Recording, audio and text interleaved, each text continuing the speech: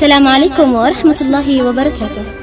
مستمعين الكرام، أهلا وسهلا بكم في حلقة جديدة من برنامج شوارع الوطن.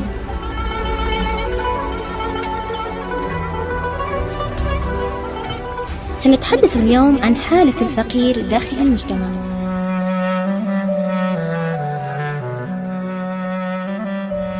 على ما أراه أن هناك بعض الناس ينامون من دون طعام ومن دون دفء يحميهم من شدة البرد، والشيء الذي استغربت منه أن هناك بعض الناس ينظرون إليهم بنظرة سيئة. لكن لماذا ينظرون إليهم باحتقار؟ هل لأنهم فقراء؟ هل عرفوا يوما أن الفقير هو الفقير بدينه؟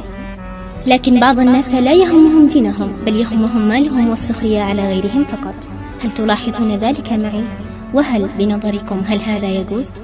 الفقر ابتلاه الله لبعض الناس لأنه يحبهم، فالله سبحانه وتعالى إذا أحب العبد ابتلاه. لقد صدق الشاعر حين يصف حالة الفقير داخل المجتمع فيقول: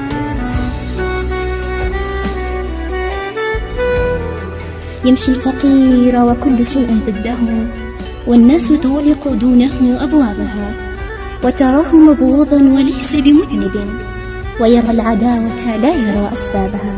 حتى الكلاب إذا رأت ذا ثروة خضعت لديه وحركت أنيابها، وإذا رأت يوما فقيرا عابر نبحت عليه وكشرت أنيابها.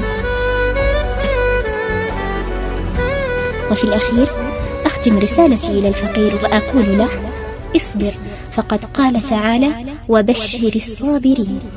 وقد قيل أن الله سبحانه وتعالى يأخذ الفقير ويغمسه غمسة بسيطة في النار، فيقول له: هل حسيت بألم الدنيا وتعبها؟